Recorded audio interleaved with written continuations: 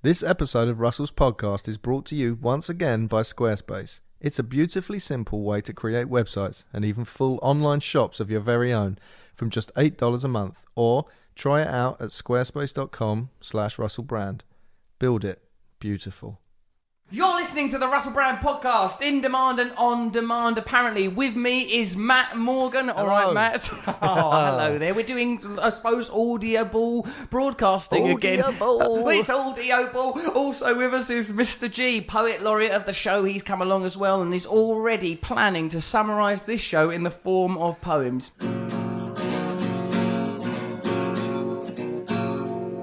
Russell and Matt podcast.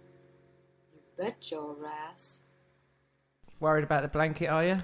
I'm a bit concerned. Why do you... Well, first of all, let's tell people what happened. Yeah. Someone brought you a white blanket for you to do the show. Obviously, It's a podcast, you need a white blanket. No one's going to embark on a podcast without a white blanket. That obviously doesn't need any further explanation. No, of course. And then you acted with genuine anger. This is the wrong blanket. The other blanket. And then an almost identical white blanket was brought by a flustered underling. And that was the correct blanket, which you've now wrapped around your stomach. What's going on with the blankets? There's several things I'd like to dispute. Firstly, the anger. I think it was veiled anger. And It wasn't it was thinly veiled. That's why I need the blanket. To veil my true self and true emotions. I mean, it's actually, I don't question it too much, but holding on to a blanket is a very... I mean, children literally do that, don't they? Well, yeah, it's a Linus, comfort blanket. It's a cliche. Did you have one as a kid? Apparently my mum said I had some little square. Like sometimes when I'm... What? I think you cut it down until eventually it's just a little square. Which is what you always was in the first place. Hang on, what? So she got rid of your blanket by slowly cutting it down? It's like a children's story. Or it's like Seven. Like a punishment. Mummy, my blanket's smaller. No, it's not. Isn't. You're bigger. No. You're growing. Which I actually was. So, in a way, there was a lot of truth to Maybe the whole damn shrinking. thing. Sometimes when I'm trying to exaggerate the hardship of my childhood, I'm challenged by the sheer devotion of my mother, who's just saved every single... Like, I went round her house the other day. She's got, like, my mum's literally, like, got a letter that my auntie Brenda wrote to Ron, gone to the hospital, Babs is giving birth, Sam's dinner's in the oven. Sam was the dog. And that piece of paper is perfectly saved. You couldn't believe what was going on there? Your mum had years. gone to give birth to you. I was about to be born. So your mum's sister... Just an aunt. She's not a proper aunt. She's, one of those I've got some of those posers. aunts. Yeah. Right. So she left a note for your dad. Yeah, that's right. Gone to the hospital to Barbara. Babs is going to give birth. Ron. Sam's dinner's in the oven. And that bit of paper has been dog's preserved. dinner in the oven? I don't know. That is why curious. Was he eating a hot dinner? And why was that the chief concern? Not she's in labour, it's her first child, you're the father. Where are you? If you do worry, then just know this. The dog's dinner is in the oven. The whole, even for a note that only has 15 words on it, it's topsy-turvy That's and a lot bizarre. of questions, doesn't it? I mean, from a time where, obviously now you just text him, wouldn't you? Yeah, that would be a text. That would be gone forever. Where are the sacred and sacrosanct objects and fetishes for our children? I mean, what were you at? Fetishes for our children, screams Brand.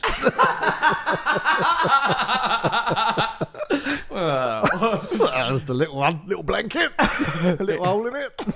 Swaddle him up, My mum, when I was a kid, when something got broken in our house because there was 4 kids and things, she used to go, "Oh, nothing's sacred in this house." Yeah, that's a common refrain. But like, nothing's of course sacred. it bloody isn't.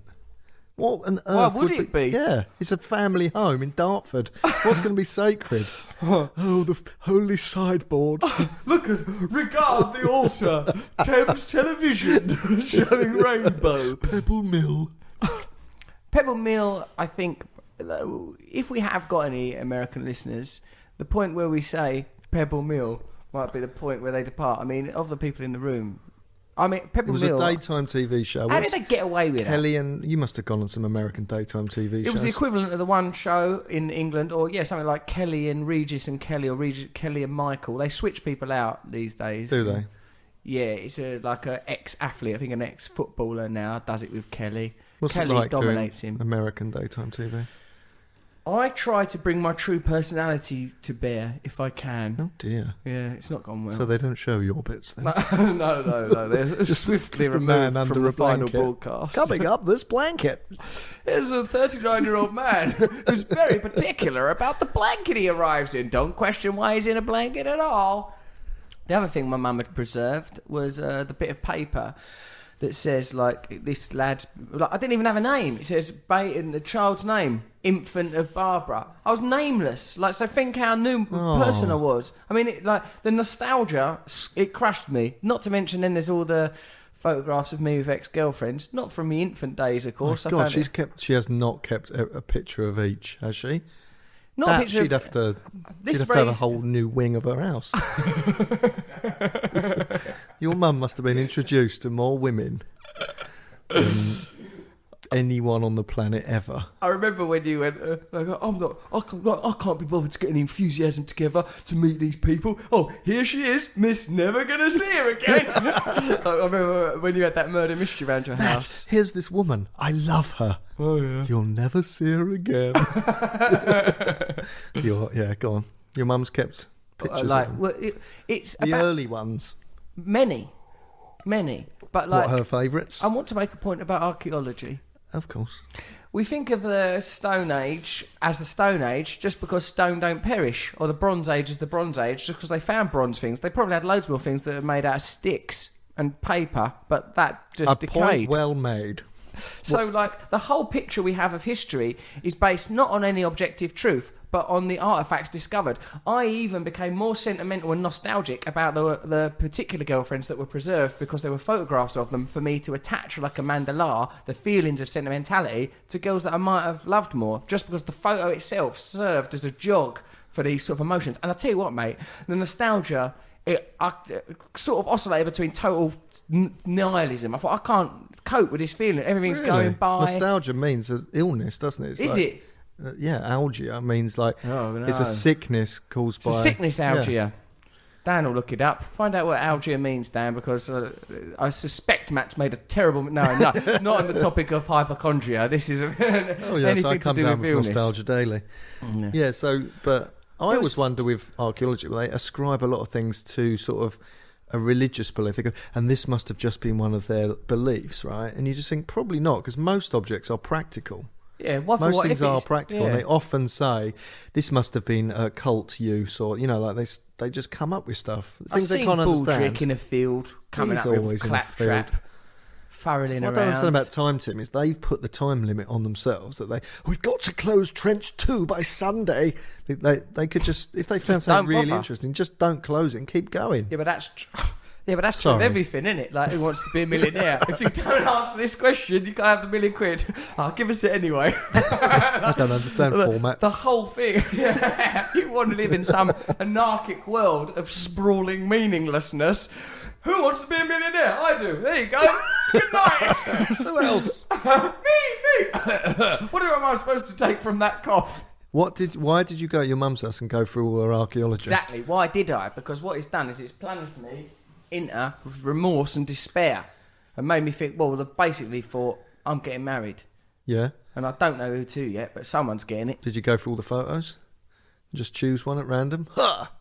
Well, not random, but yes. Really? Well, yes. What, there's a photo around your mum's house of some ex-girlfriend Yeah. you've now selected as a future wife? What's wrong with that system? Doesn't take into account what she's been up to for 20 odd years. Sir, no system is perfect, but it's the best we've jolly well got. Online etymology dictionary, algia. Word forming element denoting pain. From Greek algos, pain, algin, to feel pain of unknown origin. We don't know where this word come from. One day someone just piped up algae and everyone just, yeah, let's go with it, man. Let's get behind this Told guy. ya. Nostalgia. All right, that's your whole start You've of life, is it? kicked Told off ya. this investigation. Now it's come back. It's not a positive. HUD report. It's not like I'm trying to No, dig because we down. saw the answers. Yeah, so Right, yeah, go on. So So, I have been plunged somewhat into a realm of nostalgia and despair. But like, I suppose what all of these things point to really is adulthood, getting older. Yeah, getting older. You're growing up. Yeah. What? So I don't know what my mum's kept of me. Barely anything. I did once find one of those little tags, when you're born and you have a thing on your wrist. On your little baby wrist. Oh, they're so small. Oh, Pathetic. can't cope. Little guys we were. Son of Barbara. Son of Sue. Hello, son of Sue. Well, I'd like to see you put that little baby bracelet round your winky woo, son of Sue, son of Sue. All right, so I suppose what I'm trying to get to in a structured way is I've got a goddaughter. Her name is Minnie. She's Nicola's daughter. I've been taking her out. I've took her to the theatre. I've took her to the zoo. I'm thinking of asking her to marry me. No, I'm taking her out places. Right. In what? I Public like transport? being on my own, taking a kid to the theatre. Yeah. It's good focus. Like, because as a child, you've got they're magical little creatures, aren't they? She's staring at the stage. She's really into it. I went to see The Curious Boy of the Dog and the Night. Watched it with Minnie. She's well bang into it. Curious Boy of the Dog and the Night. Something like that. Curious Incident of the Dog and the Night. That's it. And she was very focused on it. Was she? Oh, she was ever so into it. Also, when you're with a kid, no, I don't have to have my photo done. Why? Because I just go with the kid. Right, so someone comes up to you and says, can I have a photo? You go, No, hey, I'd love to, but the kid. Look at this kid. I got to take care of this kid. What's the relationship? So are you like sort of Inspector Gadget, wacky uncle? Yes. Hey, Penny. Like that. Yeah, I'm going for very much the Inspector Gadget format. It's really developed because when she was little, she was basically terrified of me. I couldn't establish proper rapport because I was too much of a sort of a looming psychopathic Tim Burton character. Right. Sort of with branches for fingers. Yes, well, we've all felt that. Right. Well, I'm trying to. Luckily, she's learned to accept it now, and I think Right. she enjoys the idea that I'm a bit wacky and a bit out there. We went to the zoo. We started off with I thought we was going to meet a chimp. They don't even have chimps there anymore. Thought we might meet an elephant. They don't have elephants When you there say no meat, more. what does that mean? Get right near it and maybe touch it. Did you have special treatment where you like taken around by someone? Normal treatment mostly. Then Right. towards the end, as is often the case, someone will come up to you and offer you a bit of special treatment. But do you know where I met up to like some special treatment? Come in the lizard house for some special treatment. If there's special treatment you're after, step this way, son. Do you want to touch an elephant? Yes, please. What about they did do that at London Zoo? They let people You still have can. parties there at night and, in my mind, dress up the animals and ride on them. Well, that's the bit you did in your mind. Once you've introduced that it's in your mind, Matthew, that's what's called imaginary. I meant to say to my mind, which No, sort of well- implies that I'm right. Well, it does my imply it, mind. but it isn't it. Not in the case where you think that at London Zoo, a beloved institution, allowed late night parties where people could dress up and possibly make love to the exhibits in the zoo. It's something like that. They It's not found that, little Matt. It's feather they had boas events and because monocles and they were- stuff. They did. They found bits and pieces. Feather boas. Who was wearing that? A giraffe. Probably. And a monocle. Yeah. All those things. A giraffe's very easy to imagine dressed up. Not very easy to get a monocle on a giraffe. I mean, Unless it's up for it. And no, just... and unless you put some very adhesive gum on the back of the monocle, which is going to undermine its function as a magnifying device, then clack it right on the No, eye. I'm talking about getting up there to put it on. It's all right. Worry There's about a the platform. glue. There's a platform. Lure it over with a few branches. Bang, monocle. Now you're upper class giraffe. You've been there and done You're this. upper class giraffe. Yeah, Sounded go on then. nice. So you're at the zoo with an 8-year-old girl. No, look, well, don't say it as if it's I'm. For the benefit of the tape, Mr. Brand is attending this interview voluntarily. So okay, Mr. Brand, talk us through it. You were at the zoo with an 8-year-old girl. Yeah, in the end, the special treatment amounted to meeting an animal what no one's ever even heard of, called something like it was something like a marmoset, and it weren't even that because I've heard of that. It was called like a nibble scrape. No, it sounded like it was like an animal. It had some sort of chutzpah about its name. It was called like a jazz bunny. I mean, it was What on earth is happening? what was it called? It sounded like a Yiddish word. I remember thinking it, but it was basically a ferret. And then when that thing wouldn't come out of its little cat basket, they went and got a ferret. And that ferret was an arsehole. It flew at the bloke. Really? He was trying to be brave about it, but it literally, with all its might, a ferret is just a slivery little arrow of hatred. if it in the Yeah, wrong yeah. mood, and it just went and affixed Bit him. itself to the guy's wrist, and the bloke he was trying to, there's that sort of nature, like the mood of a dog walker. He's just bitten me, but that's quite normal. That's quite all. normal. Don't be alarmed by that. That's because he's not in his habitat. like I'm just using words. And it was affixed to his wrist there, and Yeah. me and Minnie were just sat back. I'll tell you something. I had no interest in touching them animals. Like Minnie, she had a little touch of each one, but I was like, take Why it or are leave you it, me. more immature than the 8-year-old in this story? Then we saw the penguin. met an animal, don't even know it was cool. I bit the bloke, I didn't want to touch it. What was Minnie doing? Going, come on, Russell, they're being really nice to us at the zoo. We must learn to harmonise with nature. Now, we may all question the ethics of a zoo because, of course, we are imprisoning these animals, but conservation is an important aspect of what happens. Then we went in the penguin enclosure. That was more fun. You went in the enclosure? Yeah. Oh, that's right not up by fair. the penguins, and they all Why'd you get cluster. all these good You things can out of come. it just because... Oh, yeah, how am I going to come? Just when I go, come. Oh, right, well, you didn't tell me. I didn't want you there. Go on then, tell us about the penguins. They clustered around me. I Did felt they? it was all right because I was thinking of Morgan Freeman. Well, the penguins, like they all come clustering up. I bet you can do a good Morgan Freeman as a Well, I'd like to say... Only because I learnt it from off of Terry, 'cause I worked with the him. fella that can do the impressions out of the Yeah. mimic. Yeah. Go on then, do some. I just did it! Yeah, but you were being Shawshank Redemption. I'd like to say that Andy was a good man. That's still Shawshank Redemption. Penguins. What? Oh, right. Penguins. That's much better. Penguins. Is that good? That's very good, that Matthew. Not bad, is it? Because when someone does an impression of something, it's teaching you how to do the impression. When you like, Yeah, I hung doesn't it? around with an impressionist because I made a show with one, and Yeah, you didn't you? learn it's easier to do an impression of someone's impression because they've already turned it into a caricature. Right. But there was quite a few, like David Attenborough. How does he do that? The long metamorphosis. He just got You got a strain, have you? Oh, bloody hell! yeah, that's it.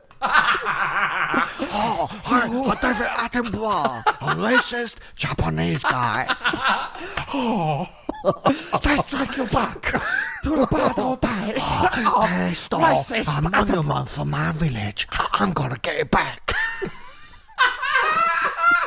What did they steal from the village? Monument. It's always that in martial arts films. There's always something that's been stolen from a village, and then someone. All these monuments are going all right, or the little pebbles out of Indiana Jones. Pebbles? Those pebbles had out of Indiana Jones. 5 Kinder Eggs lines around the middle of them. They went missing, and suddenly Indiana Jones got to have an argument with that little kid in a turban. And Mola Ram, more yes. besides. All because of just 5 sacred stones. But I suppose in a way they were just symbols of unity and MacGuffins. relationship with the earth or whatever it was. They're called MacGuffins. They're aren't they? MacGuffins. It's a In basic movies. MacGuffin. It's a MacGuffin. It's a movie technique. Would you It's say a your little blanket's a suit. MacGuffin? There's no way the blanket's a MacGuffin, sir. I got this in Utah. I've carried Right, it around come the world on, with let's me. go back to the zoo. Okay, never again. Not after what I've done Don't to feel the penguins.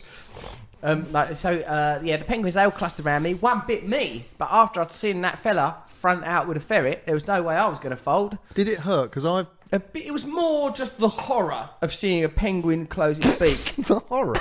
Well, the horror of it I've seen a clamping down tiny its beak. cartoon cheeky little bird close its beak on You your say arm. that, Matthew. You say that, but in all earnestness, like when a small beast of any description turns on you, it's alarming. E.g., It's true. when I was at Adam Vennett, he's a Hollywood agent's big house in Beverly Hills, and like a bird got in their house. Because I suppose they're Hollywood folks, they were all astonished, and they were Let's flapping. make a movie about this. This could never happen in real life. Oh my God! Get the camera. Call Cecil B. DeMille. No, they were they were astonished by the intrusion of nature, even in its most mundane form. Little tiny cute bird. I, with my blanket and that, and in Francis of Assisi form, well good. I just went up to the bird. I catched it in my hand. Did you? Honest, I don't know. It was up by the curtains.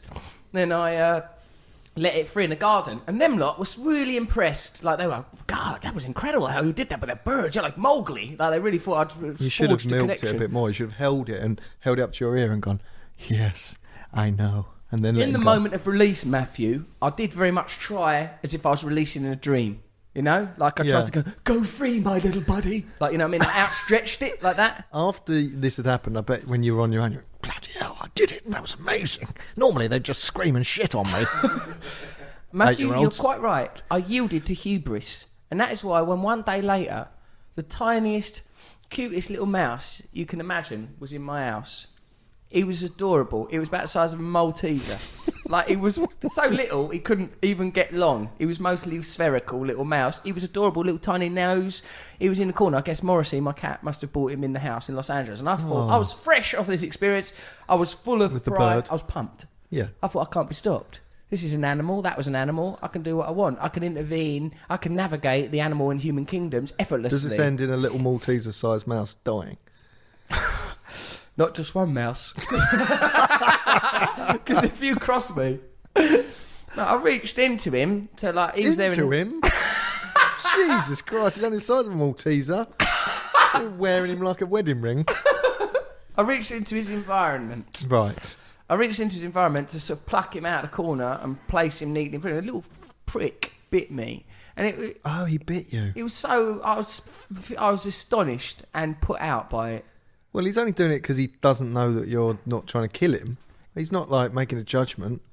He should have known about the bird, I thought. Like the previous This guy's event. fingers stink of birds. Good Lord. Oh, dear. I So- didn't mean that, actually. So like he didn't seem to care. He bit me, and I was infuriated and embarrassed. So like it's almost look, we have a relationship with the animal kingdom that don't entirely relate to the actual threat, but just the frequency of an animal. I mean, like when you see a mouse in the house, it's horrible. Or when another cat comes in through the cat flap, I think, what is he doing in here? You know, it really browns me off. Well, I took my son to feed some ducks, and the ducks, like, with Did me, they- they'll be scared of the size of me, but with him, they sort of see him as an equal. And if he's not sprinkling the bread quick enough, they'll come and get it out of his hands. And one of them bit him, right? just like out of haste Yeah, and and I impatience. felt terrible. And then I held some bread, and it bit me, but it didn't hurt at all because their beak has no. It's just rubber. Purchase. It's just like two bits of plastic clacking on your hand. Could they not exert enough pressure? They couldn't exert any pressure from what I could see. I've never been a great respecter of ducks. And with that, He put on his blanket and he marched right out of all our lives.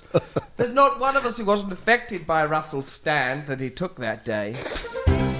Listen to Russell and Matt, have a chit chat with thought-provoking ideas and compelling facts.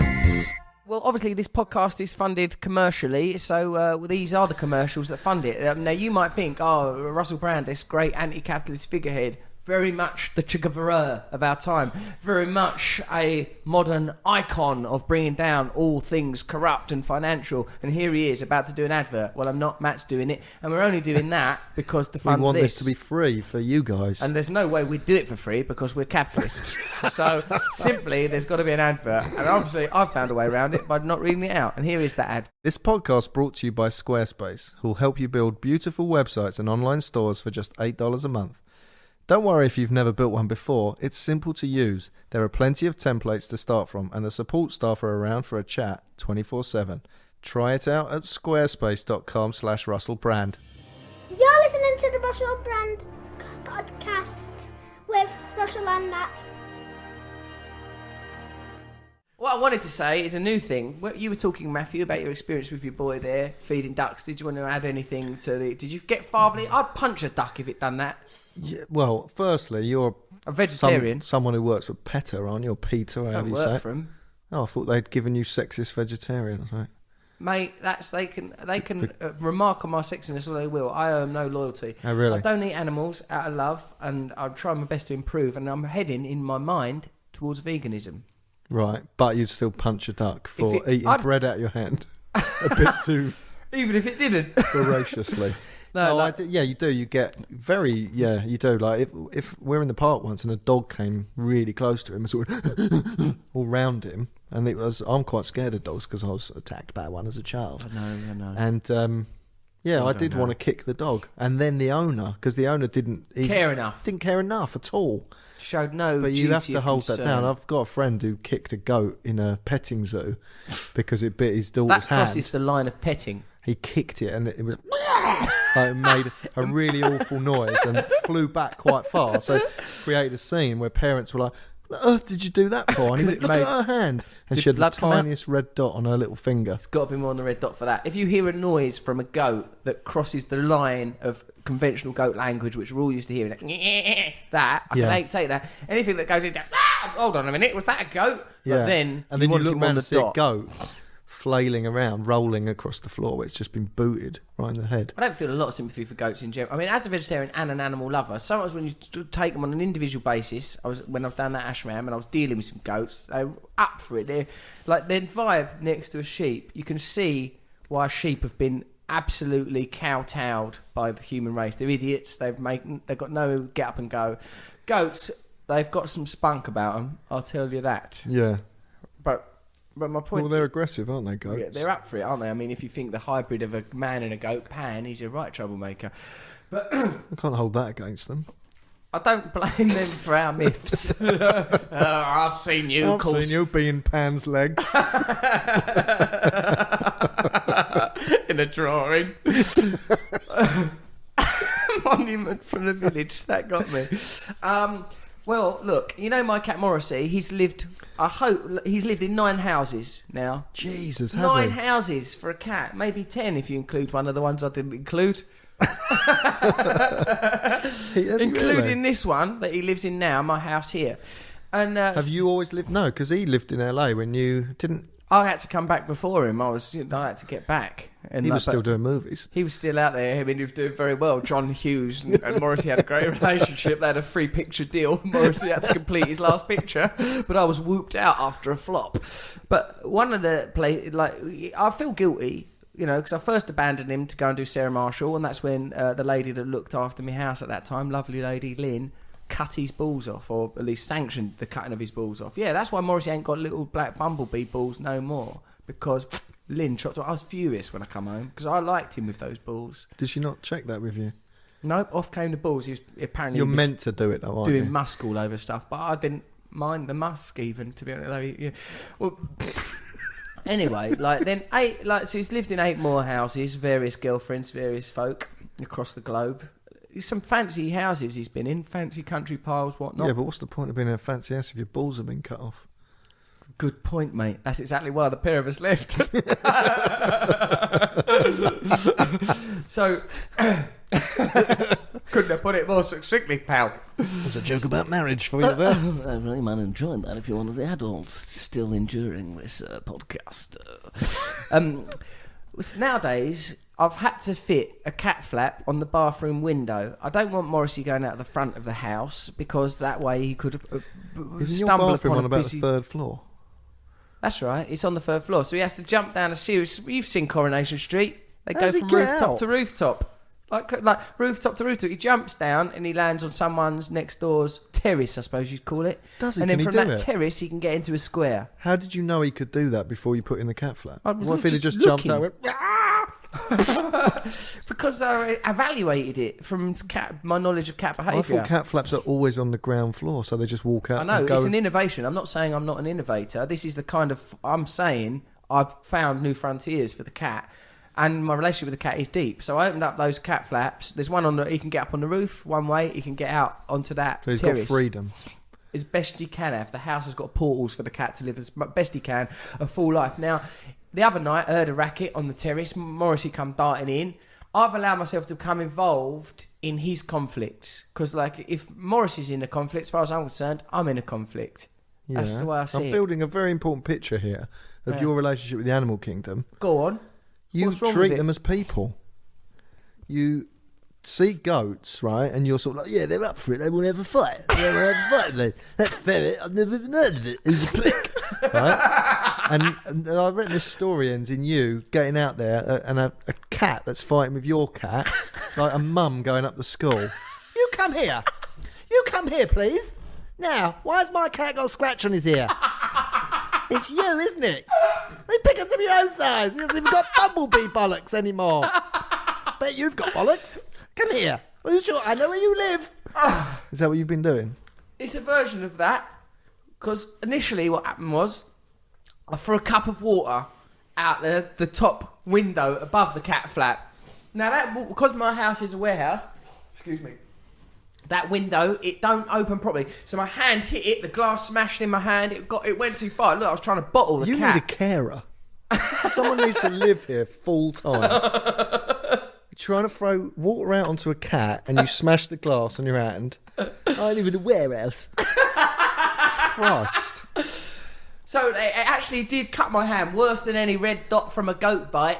Something should have been done. Yeah. I felt embarrassed, obviously. And In front of who? I bruised my knuckles, just me and the other cats. I know I'm not a cat. I accept that now. I've learned to see myself as not a cat through the therapeutic process. So go and laugh it up, guys, yeah. Because, let me tell you, you've won the battle, but you ain't won the war, because there's plenty more glasses in my drawer. So this is another battle. That's just one battle. That one went wrong. But the cat, it heard the sound and it ran away. Morrissey seemed relaxed and he seemed So like we chalked that up as a victory. He heard the sound of me smash a glass in my hand and scream in pain like a woman. And he ran away. And so who's There the were real... some cuts and bruises, and I'll take a blow. Never day, there was a fox. What? Yeah, dude. I was in Holland. I was at the Anne Frank Museum, and it was harrowing. Another day, I looked out there. Morrissey come in. I could tell something had gone awry.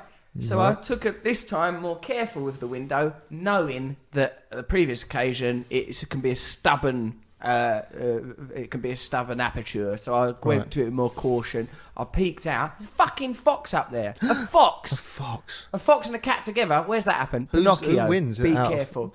Who wins out of a Fox, fox? because it's wily, isn't it? A fox on a balcony. The fox isn't on ground floor level. It's on the first floor level. A fox on first floor level. That's like the one that's on the bloody Glacier Mint. It's crossing all sorts of boundaries. Christ. Up there on the first floor level, a fox. So, well, I threw a did you glass do? of water. Then another night... Is that your only attack? No, it isn't actually, because another night I see two cats up there, and I thought, what are they doing, ganging up on my... 2 glasses of water. No, What? what I've done Is was... this how you want to admit to? We can cut it if it's weird. Okay, go on. I set fire to some tissues, threw them out the window. Chemical war. I That set could fire have to some... burnt your whole building down, and the cats would have laughed and watched you, and you'll go, They ran away. "You run away from the flames! I've won this one. I'll be back." Well, the way I see it, Matthew, a cat don't understand man's red fire. It's going to flee. And Yeah. it did. It would have But fled hang on, from hang anything. on. So you threw burning tissue paper at 2 cats. They do it in prisons as a tribute. This is fucking mental. What do they do in prisons? Well, don't they drop bits of things out of the windows as a tribute? As a tribute to what? I don't know, ABBA? perhaps a prisoner. What's going on? As a tribute, perhaps, to a respected lag who's died on the wing, which what they dropped do? some burning things out the window. They did in that Guildford 4 film, Name of the Father, and I believe I've heard that Is a is a thing. custom. Right. That's right, Matthew. Yeah, that's right. That's my understanding of the situation. This is mental stuff. What do you think that makes me look like as a man? Well, what do you mean? If someone saw it from the window, or just you telling us? Just the overview. The overview is deeply disturbing and worrying. Why?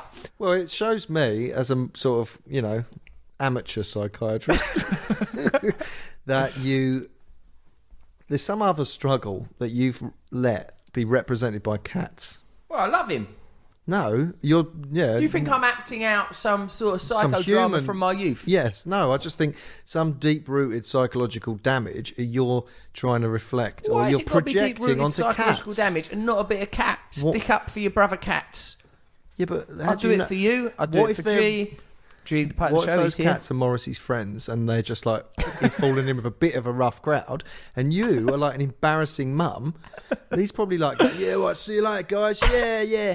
Oh, don't worry about him. Yeah, he's all right. He's just got a glass of water. He won't throw it this time. And then you go, oh, thank goodness they've left you alive, Morrissey. Let me throw some water at them. I know, burning tissue. And they're probably like, Morrissey's dad's a bit weird, isn't it? What about if I ever have actual children? Oh my God. You'll be up to school for everything, wouldn't you? So what happens when you're out with an 8-year-old and you had to go to the toilet with them? That was what? First time I took her in the men's toilet, it was okay because it That's was a not- posh hotel. Oh, that's all right. It was a posh sort of place. I just put her in the cubicle. I'm not in the cubicle. I'm just in the environment Just to make staying there. sure that she's safe. Then we're at the theatre. Now that was a different setup. Like there was urinals and a loud air machine for drying your hands. Yeah, I would. Yeah, It there seemed like I'd a very let her. butch environment. It's hard though, isn't it? Because if you send her into the women's toilets, I suppose if you stand outside, it's all very awkward because you're just a man standing outside. Well, you're not just a man, you're Russell Brand, so people will actually recognise you standing outside the women's toilets. I went in the women's. Did you? See, I wouldn't That I have done enjoyed more, to be honest, because I didn't like seeing Minnie's. She was unsettled by the male environment. I mean, people, because men stand in full vision weeing, that. Yeah, that's not right. flanked by one another, of course. She was flanked. What was she trying to use? Urinal. No, don't do that, my darling. You've not got the correct giblet. Yeah, it's difficult, isn't In it? the women's one, I enjoyed being in there because what I felt like was I had a passport to the women's toilet, and not to say That's that.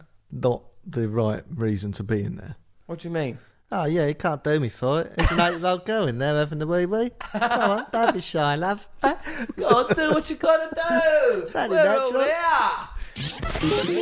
You listening to the Russell Brand podcast with Russell and Matt.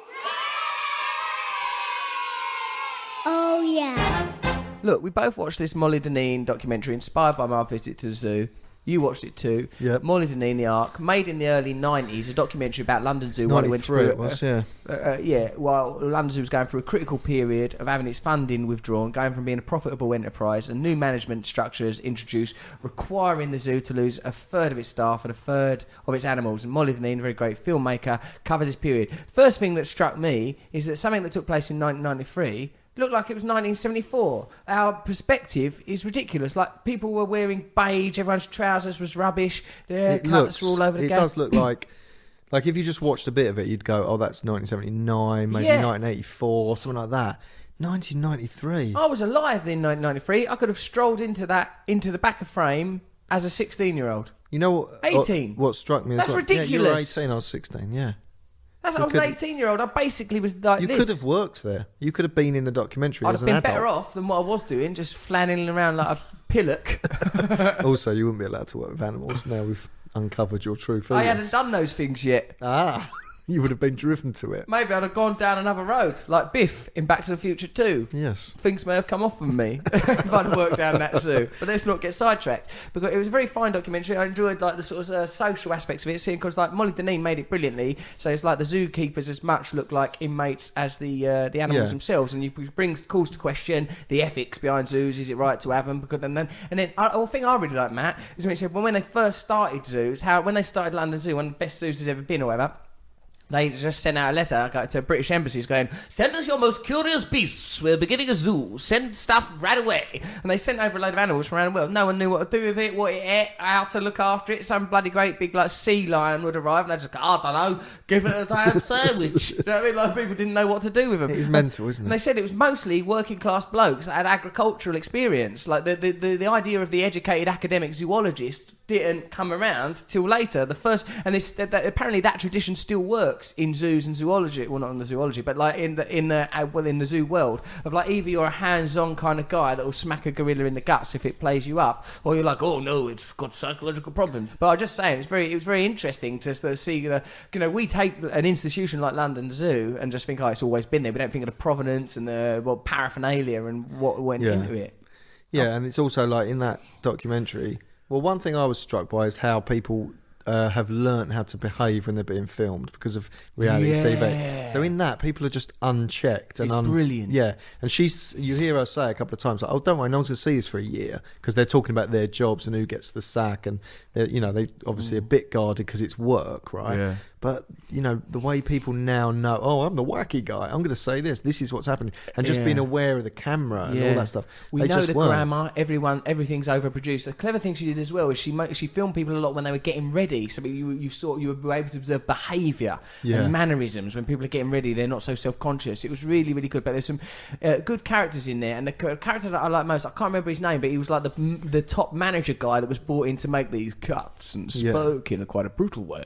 And I was convinced that there's a sketch in Brass Eye where Chris Morris is, I think, running a boys' home, or Yeah, like it Boar is, Store yeah. or whatever, and he sort of talks about if you have a fly and you pull its wings off, you've got its full attention. Like, Yeah, talking about being it's definitely, there's some sort of, I don't know if it's an exact, like he, based it on that, but he did do zoology, so he probably at Would have seen university, that. Chris Morris. So yeah, he probably had seen that documentary. But because that guy, I liked him. Really? Well, I didn't like him as a person, but I liked him as a character, and I liked him mostly because of the way he spoke about his children. Like, Yeah. I've got 2.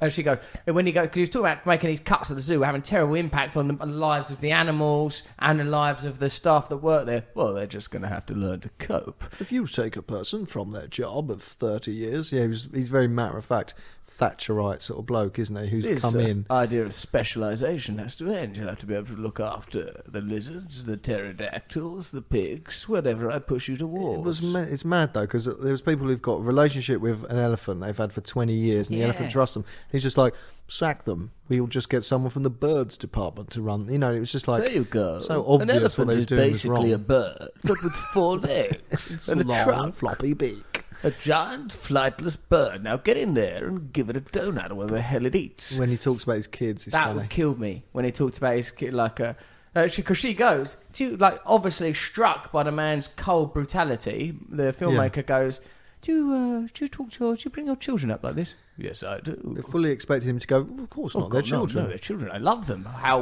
on earth would a child cope with such Worse, I'm worse to my children. I really lean into those. I mean, my son, Basil, he's just going to be a professional. He's a middle-of-the-road guy. He'll be lucky if he succeeds at all. But Serafina, my daughter, she's a leader. She's got real qualities. So he says, but Serafina was, she was selling pine cones to, what was it, like, where people arrive on a boat or something, wherever they live. In the village, she was selling pine cones. She was doing face painting. She's making £1 a time. She made £40. But at 2, he reckons she was selling pine cones to visitors at the age of 2. She sounds horrible, his child Serafina. Also, it's a very grandiose name, Serafina. But Serafina, by my reckoning, is probably, hold on a minute, she's about 28 or something. Yeah, I do think that she's out there. So She's a he doesn't leader. say the boy's name, I don't think, but Serafina and her brother, he's held up as like, well, he'll go this way because he's got no get up and go. He'll just be a professional. But Serafina, we've never heard of her, have we? There's no one in the public eye called Serafina who's captured the imagination, and I'd like to find out. Serafina, daughter of the bloke from the Ark, we can probably track her down. If you know her, you can email us on russellandmatt@audioboom.com, or just go to audioboom.com, record a message, or leave us a voicemail message on 0203 515 9127. That's good, isn't it? People, we could track a person down. Yeah, we we can should, reach. though. We can use this to do what we want. We can dabble around in the world. Oh no! What if people listen to this and they know, like, they live around here and their cats live around here, and they'll find out about my tissue bombing? It's very I'm a specific. tissue bomber. Very specific. What is? Well, that's what percentage of our listeners A, live round here, and B, have the cats at you through burning tissue. Probably What do you mean? That's a small subset. 0. Yeah. They might, because they might think I've seen him around the How many neighbourhood. cats have you thrown tissue at to be worried about that? 1, 2. 2. Yeah. Right, we want to track down Serafina. Her dad, what's her dad's Yeah. name? What's her name? Serafina. The Ark. Molly Deneen. I'd like to talk to Molly Deneen.